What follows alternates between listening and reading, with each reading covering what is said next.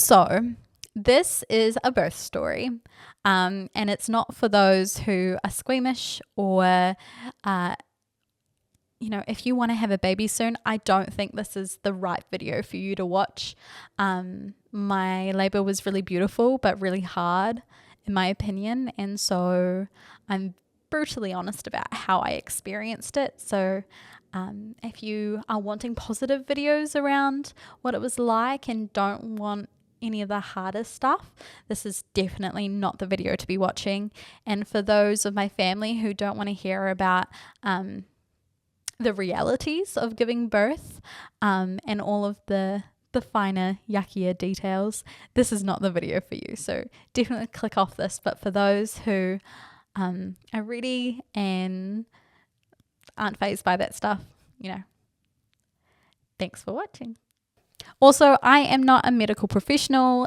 Everything that I say on here is my opinion or things that I have understood. They're not necessarily facts, so please do not use anything that I say as reality for you to make decisions off of. Go do your research. Go talk to your professional providers before you make those decisions. Don't just go based off what I've said. Well, I guess where we start is that my name is Serena.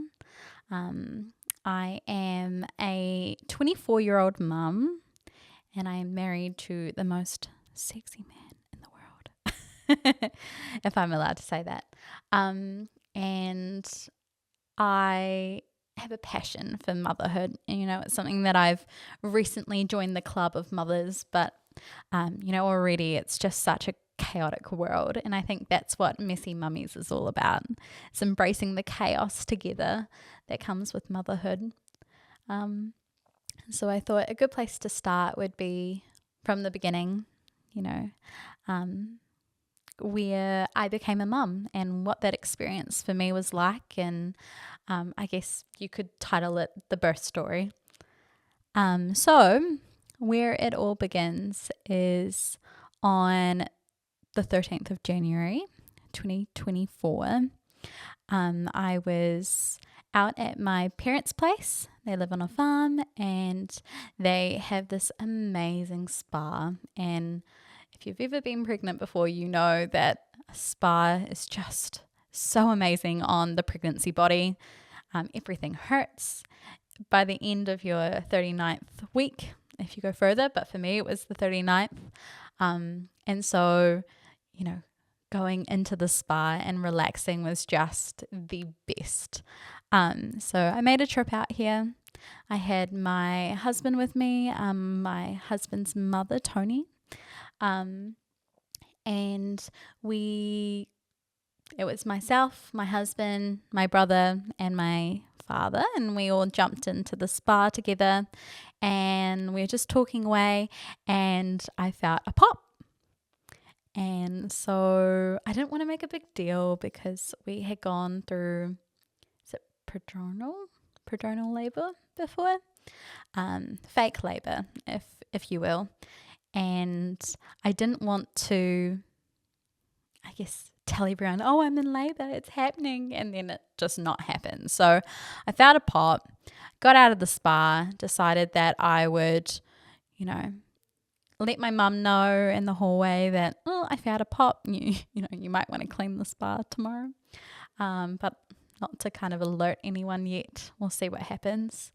And so I went out to the spa and I was like, okay. I said to my husband, it's time to leave. Like I'm feeling done. Let's go home. We live like 30 minutes away. So it was a decent drive and I didn't want to be sitting uncomfortable for the whole drive. So told him to get out. Came back a while later because he still wasn't in the house. And so I had kind of realized that he was not getting out of the spa. And so I kind of said, like, look, I'm going to leave. Either you can be in the car or not. So you best to get out and come with me. And so he finally gets out. We get ready and we go home. And on the ride back, I start feeling like tightenings, but they were really sporadic. So it wasn't something that I could really differentiate from like Braxton Hicks, which I had been experiencing from early 20 weeks. So my husband said, like, don't read into it. Like, let's just see how things play out. And so we get home, we go to bed, everything's feeling fine. We know we're not reading into anything at all. And I wake up about 1 a.m. to go to the bathroom. And as I'm doing my thing, I feel another pop. And I'm like, oh, that's definitely it. Like, it has to be it. And so I go into the room. I'm like, honey, I feel like my waters are broken. And he said, no, I don't think they have. So just go back to sleep. And I promise my husband is a very supportive husband. He's incredible. He had just gone through a lot of me thinking that I was in labor previously, like maybe 4 times. So his reaction, in my opinion, was completely appropriate to the situation. And so he said, no, honey, go back to sleep. And so I lay down, and for the next 2 hours, every like 10 minutes, I woke up to like these weird cramps, kind of like you would with a period. And I remember just kind of going, what's the time? Looking at my clock and going, it's only like 10 minutes later from the last time I checked. So go back to sleep. And yeah, this happened for 2 hours until 3 a.m. and I was finally kind of over it. Something to note is kind of during that end stage of pregnancy as well, not sleeping is pretty normal. And so I had been getting up quite early the previous few days as well. And then I'd bounce on my ball and go back to sleep. But this time I got up. My husband got up with me, the champ, 3 a.m. And he went and he made me porridge at 3 a.m. because obviously that's what I wanted with all my pregnancy cravings. And so I bounced on my ball and he got me porridge and he said to me, do you want me to stay up with you? Like, I'm happy to. I'd love to support you. And I said, nah, I'm already going to be tired if this is the real thing. So best one of us have some energy. So go back to sleep. And something that I should say is Liam's mum, Tony, had come over to live with us for a couple of months, kind of during baby's time of coming, because she wanted to kind of help out. So she heard all of us up and causing a ruckus, and she got up and she's like, hey, I'm here to help. Like, how can I help? How can I make you feel more comfortable? And by this stage it was maybe like 3:15 in the morning, and I was starting to get those tightenings. I was starting to get some contractions, and so she kind of came and helped me with those contractions. They were fine at the beginning, but it was kind of nice to start practicing. What do we do when it gets more intense? How do I best feel supported? What feels good to me and what is annoying? And so she would come and put counter pressure on my back while I was labouring over my ball. And we put on Anne with an E on the TV and we watched that. Well, every 10 minutes I would get these tightenings, these contractions. It kind of got into the morning stages. We were down to maybe 1 contraction every 4 or 5 minutes. They were getting a little bit more intense, but they weren't painful at this point. It was just notable, and I was trying to practice the things that I had learned about breathing, about working through the contractions. And so although we were kind of overdoing it for the stage we were at, it was my form of practicing before it got really intense, to kind of give my body a rhythm, help me understand what I needed and how to work through it, if that makes sense. And so it kind of got to 10 a.m. and I was noticing it wasn't kind of progressing. It wasn't getting closer together. It wasn't feeling any more intense. It was the same. And by 11 a.m., like it had completely backed off. We were back to like one every 10 minutes, which for me was really, really, really hard to kind of process. I felt like, this is it. I'm in labor. It's going to happen. We're going to have a baby. And then for it all to kind of stop, yeah, it was really hard. And so being the mature 23-year-old that I was at the time, I threw a tantrum and went to my room and cried. I'd like to blame that on the pregnancy hormones, but, I don't know if I can put it to that entirely. And so I went and I lay on my bed, had a good little pity party, I guess you could say. And, during this time, my husband's coming in, checking on me, trying to encourage me, but I didn't want to hear it. But something that he did say was, you said that you thought your waters had broken. That's something that we need to take seriously.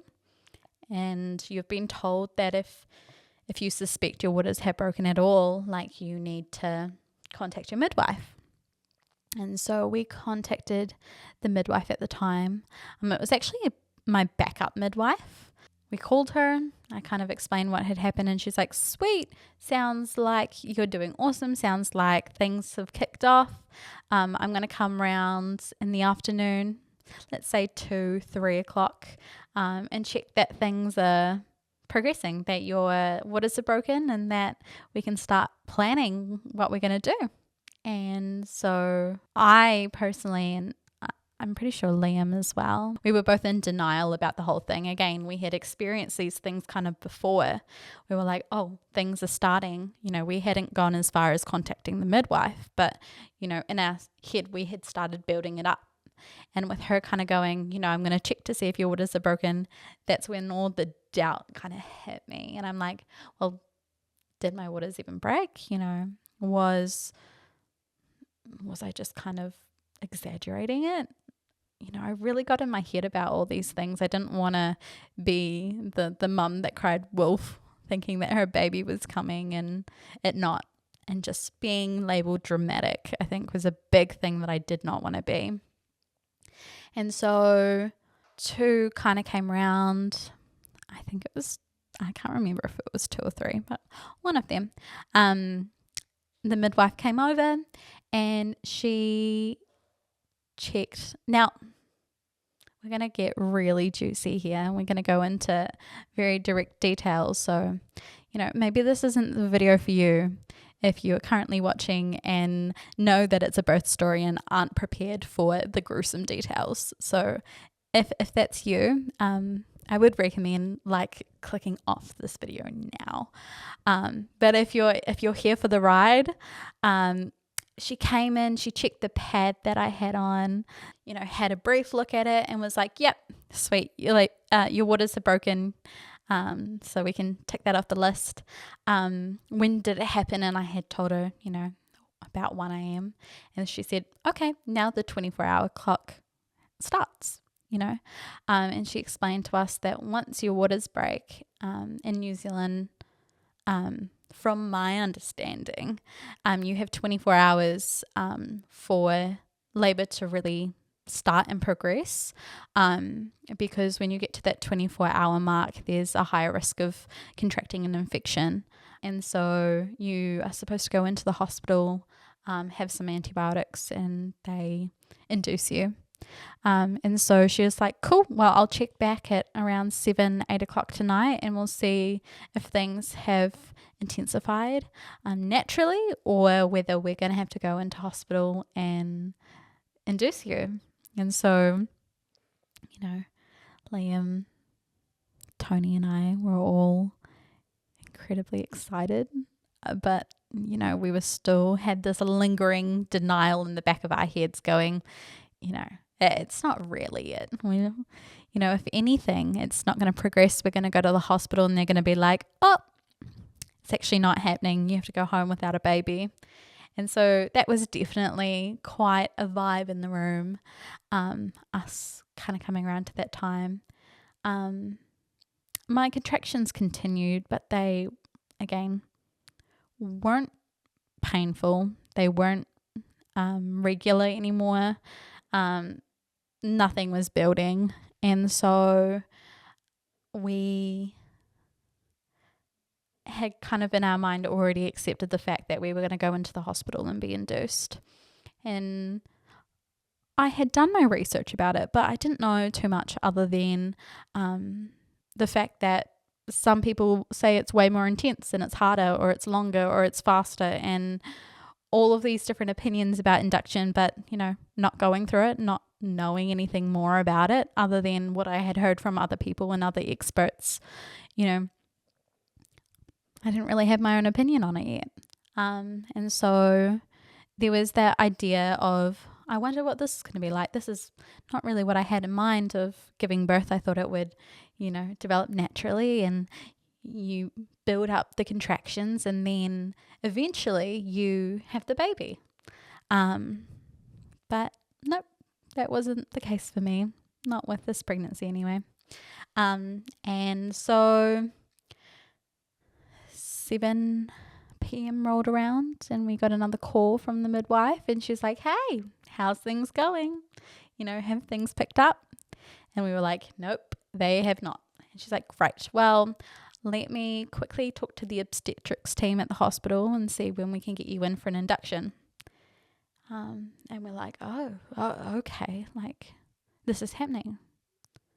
But, we didn't really have any idea about how it was happening and what that looked like. So a couple of minutes later, she got back to us. She called us back and was like, "Okay, great. So you're going in to have a baby tomorrow. You can either go in at 1, you can either be induced at 1 a.m. or you can be induced at 6:30 in the morning." And I think I was really, really over being pregnant. Not only was I big and incredibly uncomfortable, and what I would compare to a beached whale, but I also had the pregnancy rash pups, where I had a rash all over my body from head to toe, and when I'd itch, it would be so painful and so itchy that I would make myself bleed. And so I was dealing with all of that. There was nothing that I could do to stop it. The only thing that brought me relief was this little bit of ointment that I'd have to put on like every 2 hours to try and survive the day. I was really over it. So I was like, anything we can do to be induced faster, to get this baby out of me, to make all of this stop, like I'm for it. And so I was like, well, let's do it at 1. Let's do it at 1 a.m. Let's get this baby out of me and be done with everything pregnancy related and head on to the postpartum journey. And so they're like, "Great, we've got you scheduled in. Come in at like between 10 and 11 and we'll get you set up for the induction." Like, great. And so it was myself, my husband, Liam, my mother-in-law, Tony, and my mum, Corinne. She came over. And the plan was that we'd all be in the room during the delivery. And so because my mum lives like 30 minutes away from us, which doesn't seem like much, but in Christchurch, everything's like 20 minutes from end to end. So it was a decent way out. She decided to come and stay at our place because we were 10 minutes from the hospital. And so everyone came over and we started cleaning. We cleaned everything. I wanted, sheets changed. So when I came home, I could jump straight into a nicely made bed. I had, floors vacuumed and mopped. Everything arranged for the way that I wanted to come home to. That was my room, the baby's room, and our guest room. So we had been preparing. We got dinner ready. We sat down and ate it all together. We got all the bags into the car and we sat and we all prayed together, which was honestly amazing. No, actually we were standing. We were standing and we all prayed together. And I don't know, I just felt at peace. I wasn't so much in denial. I wasn't stressed. I was just happy and really ready for what this experience look like, or at least I thought so. We decided to go out to the car. It was, I think it was 9:30. My goal was to be there at 10 because if you know me, between 10 and 11, I want to do it the earliest time possible. I want to be punctual. As a mum, I'm not very punctual anymore, though I try. Anyway, besides the fact. We went out to the car. We had closed the door. Everyone was standing around the car going, okay, who's got the keys? We need to go. And everyone looked at each other going, do you have it? Because I don't. And we realized that we had locked the keys inside the house. The door was locked. We rechecked it and it was definitely locked. I broke down. We have outdoor furniture and I had a complete meltdown on the seat out there, and my mum was trying to console me, try and help with these horrible emotions that I was feeling. The fact that we had locked the keys inside the house and there was nothing we could do about it, and we were going to be late to getting this baby out of me. And while I'm having this total meltdown, Liam and his mum are trying to find a crowbar and assessing which window they want to break to get inside the house. And then Liam is kind of like, hold on, let's just, let me have a go at the door one more time. And he grabs the card out, hoping he could swipe the lock. And he goes and he just puts the smallest amount of pressure on the door and it just flies open.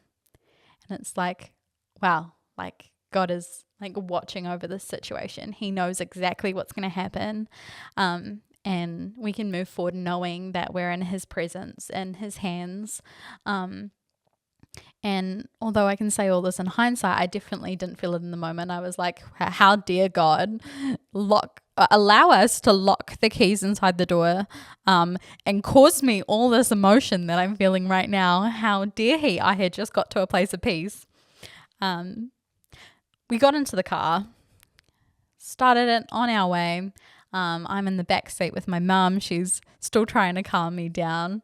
I'm wiping away tears on the way. We decided to stop off at the supermarket because we got to have those labour snacks, especially for Liam. We went to the supermarket and then we went to the hospital, and we were there by about 10:15. So the whole door thing took about 15 minutes. And we go in with our 2 huge suitcases, pillows, blankets, bag of snacks, the whole shebang. And, we're under no illusion that everyone knows we're going to be first-time parents. You can't see people walking with that much luggage and be like, yep, they've done it before. So we were, under no illusion that people would catch on pretty quickly. And decided the best way about it was to make jokes. So we joked to everyone we saw, from the moment we stepped through the door to the receptionist, to anyone on the elevator, to the delivery ward. We went up there, and the plan was to meet the hospital staff in one of the assessment rooms. And this is point 2 of God showing us that he's there. We had a friend who had previously, been induced and given birth. And how it works in Christchurch Hospital is that you go in, when you're induced, you stay in one of the assessment rooms until you're 5 centimetres, until you're in active labour. And then you go into the delivery suite. When she was experiencing all of this, she got the smallest room. It had no windows and she was labouring in there for 2 days. And so we were like, God, we want a room that will feel comfortable as we're going through this journey. And when we arrived, we had not only the biggest assessment room, it had 3 windows overlooking the beautiful botanical gardens outside. although it was really dark, so we didn't get to see any of it. But we were hopeful that, once this had kicked off and we were still in there the next day, we would see a beautiful sight. And we're kind of joking around, getting all giddy, Liam's on the lazy boy in the room. I remember taking a photo of him with his thumbs up, ready to go. And little did I know or what kind of ride we were in for. So we were relaxing, scrolling on our phones, and the midwife came in and she's like, I'm going to do a cervix check to see how dilated you are. And so she pre-warned me. She's like, hey, look, you can tell me to stop at any point. If it gets uncomfortable, if you're in pain, tell me to stop and I will. We don't need to do this. It's just something that we can do. And so if you'd like to know where you're at, we'll do this. But okay, just tell me if you need to stop. And so I'm thinking, and I'm looking at Liam going, why is she giving me so much warning? It can't be that bad, right? And so she starts and she puts her arm up, and it feels like there's a whole party happening in my vagina. It was so intense. It was like I was moving around on the bed, it felt like. And it was borderline painful, but I'm like, well, I don't want to come off as a wuss. So I need to prove that I can, take the pain or take the uncomfortability, considering I hadn't even experienced active labor yet. And so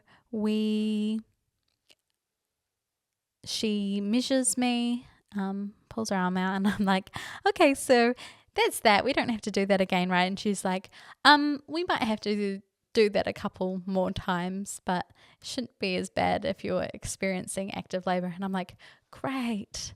That's not encouraging. It does not help my mind. But she said, you're 2 centimeters dilated. For the epidural, that was what I wanted. I wanted an epidural. I didn't really care about other things. Obviously, I had preferences to what I wanted and what I didn't want. And I wanted to have the least amount of intervention possible aside from an epidural. I didn't want to feel a thing. I was terrified of experiencing extreme pain because I'm a wuss. And I let the nurse know that was my preference, that I wanted an epidural. I didn't want to do it without an epidural, and that an epidural needed to happen. So there was no way she could be under any false pretenses of what I wanted. And so she's like, okay, well, I'm going to get you set up to the IV. And so she got the IV set up. She said that, this kind of process will take a decent amount of time. We were induced with a medication that was a pill that you put under your tongue. It was called misoprostol. And she said it will take at least 5 doses of this before, you see anything happen. And so we were like, cool, there's heaps of time. We'll just have the first one now. They'll give us antibiotics soon. And we'll just hang out. And so we did. We were talking, we were chatting, we were on our phones, just trying to let the time go away. And 30 minutes later, I get the first crazy contraction, and it knocked the wind out of me. I was so blown away by how intense it was. I was like, oh my gosh, if I have to do this for 2 days, I will die. There's no alternative. And so I'm panicking, of course, as you would. And the next contraction comes along and I just hyperventilate through the whole thing. I'm completely panicked. I have no sensibility. My husband comes over and he's like, okay, you need to breathe. We need to breathe this one out. That's what you've told me to do. That's the only thing I know how to help you with right now. I think a side note, I didn't think you had to prepare very much for labor. Going through it, I definitely prepared differently. Once again, and I would prepare my husband as well. But he said, you need to breathe through it. And so we decided that the next couple of contractions we would try and breathe. And so I think at this point they were 2-3 minutes apart. Like it was not a lot of time. And I tried to breathe through it. And I don't know if I was breathing wrong or whether it was just really, really intense, but I was like, it's doing nothing. I can't do this. Get me a ball. I had been laboring at home and it was working like this. That's where I feel comfortable. Just get me a ball. And so my husband goes out and goes, is there a ball that she can use? And they bring a ball in and I do the 5th contraction over this ball and it doesn't do anything. I'm still in way more pain, can't manage it at all. I lose the plot and there is now like tears and snot and probably spit like flying. I'm an absolute wreck. People cannot console me. The nurse comes in and she's like, oh, this is really kicked up. I know she said she was a wuss, but I'm sure she was thinking, I know she said she was a wuss, but I didn't expect her to be like this bad. She's only had 1 dose. Yeah, I can't say that for a fact. I don't know the lady and I don't know what happens through her brain. So, but she comes in and she's like, wow, okay, that's a lot. I need someone else. And so she goes and gets an on-call midwife. The midwife comes in and she's like, yeah, she seems really uncomfortable. I feel like I need to elevate this because I'm not really sure what's going on. She's only had 1 dose. And so she gets the head midwife of the ward to come in and the midwife walks in and she's like, okay, we need to check her cervix, see how dilated she is. And they checked me and I was 7 centimeters dilated. I was supposed to go to a delivery suite at 5. And just for context, like I was told you progress about 0.5 centimeter an hour. And so to go from 2 to 7 with a 5 centimeter difference within an hour is crazy. No wonder I was feeling like I was being ripped in half. And they go, okay, well, we need to get her into the other room. My husband's going, well, she's clearly in pain. Can we give her something for the pain? And so they give me like a bottle of gas while I'm experiencing the contractions to go through the other room. At this point, I'm experiencing like a contraction for like a minute with a minute's rest in between. And so there's not a lot of time I'm going through it. Nothing's helping. And the gas doesn't necessarily remove the pain from my understanding, and it definitely didn't for me. It just kind of loops you out so you're not experiencing everything at once, and you can kind of tuck away in your brain. And so I was sucking on this gas so much. I got into the wheelchair, and how the place was laid out was our assessment room was there was 1 room in between the assessment room and the delivery suite that I was supposed to be in. So I would say a normal person walking, it wouldn't be any more than 20 steps from one room to the other. And on that way in the wheelchair, I threw up 4 times. So you can see that I was in a lot of pain, to put it lightly. We get into the room. Liam's trying to like lug all of our stuff out of the assessment room into the delivery suite while I'm standing up trying to labor over the bed, trying to experience a contraction like that. Didn't help. Got up onto the bed, started pushing. And again, TMI, but it was like every time I pushed, this little bit of fluid would come out, and it was like ice cold water on like a searing, burning pain, and it felt so good. And they kept saying like, don't push. If you push, you'll swell because you're not completely dilated. You can't push the baby out yet. And if you swell, you go back in centimeters, like it will shut you, and you'll have to do this all again. And at this point, like, I wasn't listening to any reason. In fact, I turned them out completely because I was in pain and I was needing to escape the pain. And my body was saying pushing was the way to do it. And so I was pushing. And it's like this urge that you have that you can't control. It just happens. And so they made the executive decision to give me an injection. And I'm pretty sure they asked my husband. I'll have to ask him later.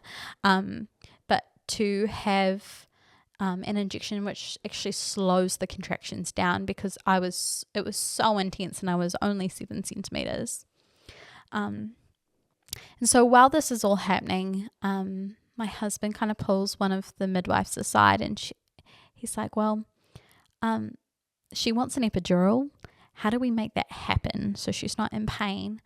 And the nurse said, or the midwife said, with the rate she's going, she's not going to have time for an epidural. Like, this baby will be out.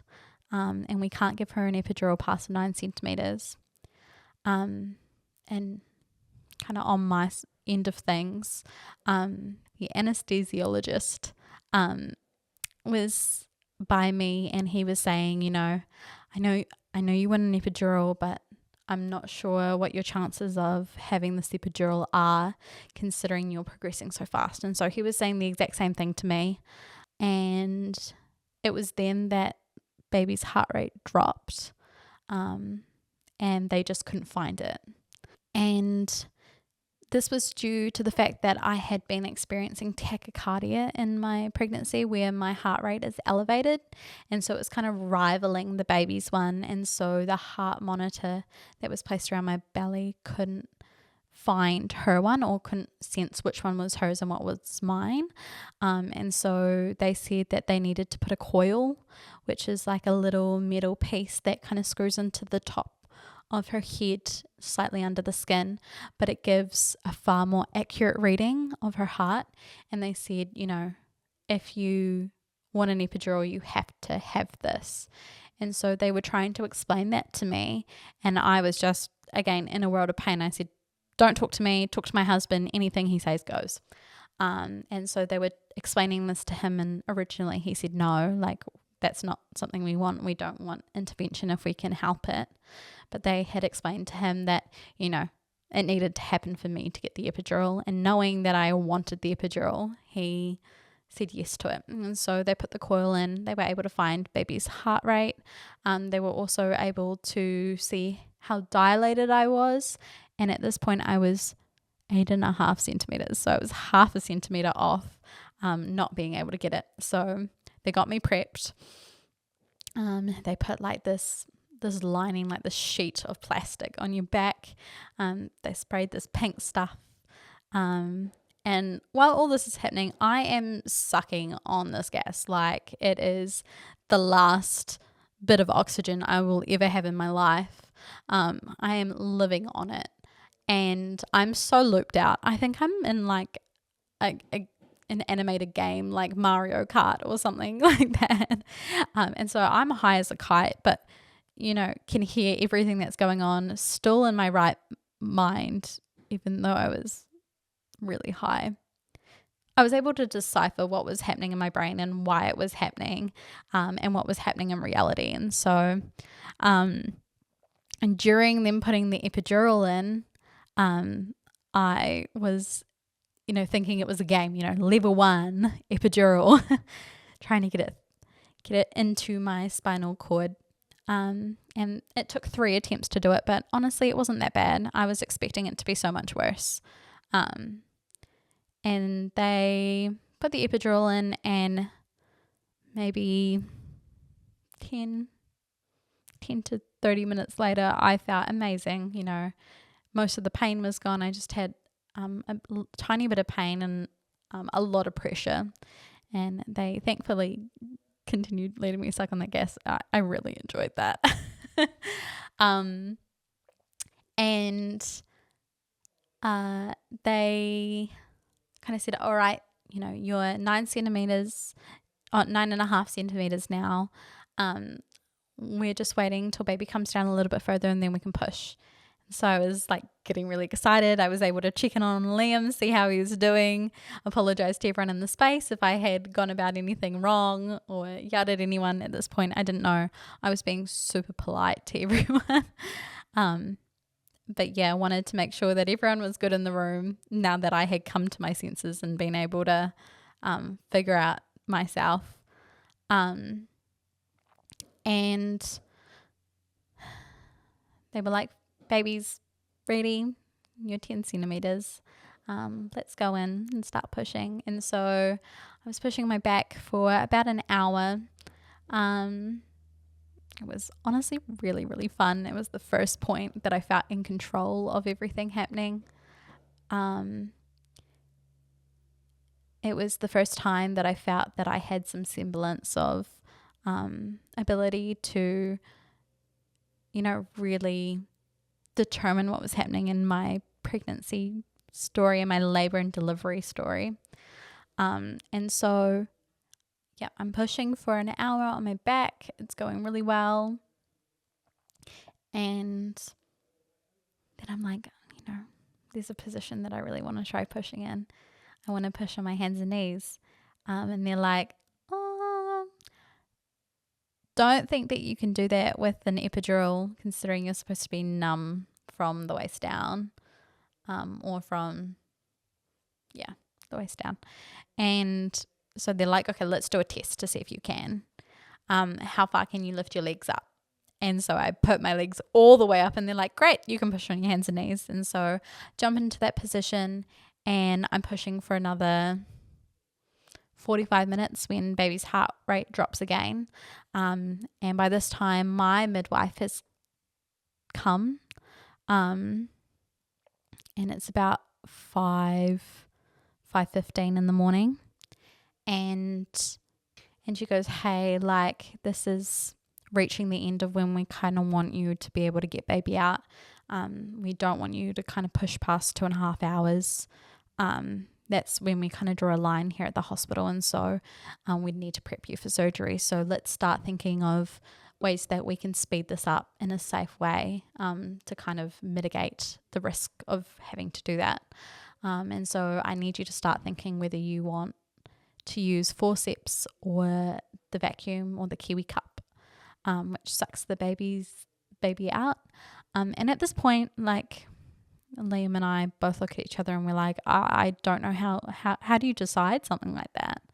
I mean, the forceps are less invasive for baby, but way more invasive for me, and that would mean a larger recovery time. And then the Kiwi cup is more invasive for baby. Worst case scenario, she gets a bleed on her head, but less invasive for me. And so it wasn't a scenario that we really wanted to, make a decision on at that point. Although in hindsight, we would have picked the forceps because it was less invasive for baby. And so we're like, we don't want to make that decision until it's, absolutely necessary. And so I keep pushing. She says, like, let's switch over to our back again. And so I keep pushing, and we're kind of at the last stages, I've had so many family members in that room just supporting me, loving on me, and at this point, like, they're recording everything so I can watch it later and don't miss a thing. They asked me if I want to have a mirror to see the baby's head, and I go, no. They said, are you sure? And I'm like, okay, fine. And they're like, she has a little bit of hair. And they show the mirror, and I'm like, absolutely not. Take that away from me. That's disgusting. And, it's getting towards the end. Her head's like right there. I'm ready to come out, but, we've been at that stage for a little bit. And so my midwife says, hey, feel like we might need to think about doing an episiotomy. And both my husband and I looked at her and was like, no. And we're like, you make it happen any other way, but not that. And so she ends up using like a hot flannel or a face washer. There's so many different ways of saying flannel, to like soften the skin around my downstairs area. And baby just glides on out, and Liam catches her after, getting his gloves on. And I remember like a split second before she came out, the midwife said, are you ready? And I said, I don't feel ready. And she said, you'll be great. And so our little baby Aria Brooklyn Johnson comes onto my chest, and everyone's crying and just so ecstatic with joy, and I'm so overwhelmed but so thankful that it's over. And they're rubbing her off, making sure that she is crying, and she has this beautiful, glorious bout of her cry, and it's just such a wonderful time. But I remember going, okay, well, I'm a mum now, like baby's world side, and I have to get it together. And so I'm trying to figure out like, how do you settle a baby? And I'm kind of like building up the fact that everyone's looking at me, everyone's going, how is she going to react? Is she going to be a good mum? Which isn't, in reality, that wasn't the case, but I was feeling all of those emotions, plus being like completely overwhelmed by the amount of hormones that just came through me. And people are going, say her name, which honestly just annoyed me. I was like, I will say it when I'm ready to say it. But yeah, it was just such a wonderful experience. It was so exciting and nerve-wracking and honestly painful. That part was horrendous, but with the epidural, it was just so much nicer in my opinion. And Liam got to hold her after me. After the hour was up, he got to feed her with his mum. My mum got the next hold after him, and then Tony, and it was just just everything I had wanted and so much more with my family there. And I'm getting emotional talking about this. Finally I got to have my first meal, and I was like, I want Macca's and I want everything. And so they bought me like hash browns, bacon and egg McMuffin, pancakes, and I'm sitting there just eating all of this. Also, while going, man, I'm tired. Like, I haven't slept in 2 days, and yeah, I'm extremely exhausted. She was born at 5:51 in the morning, so I had another whole day to go before sleeping. And those who have had a baby know that you don't sleep when the baby arrives. So 6 hours later, I was able to have my first shower, which was amazing because I had so much gunk on me. It was so disgusting. And then we went to the birthing unit, and that's where we did the next 4 days. With baby and with Liam, and yeah, that's the birth story.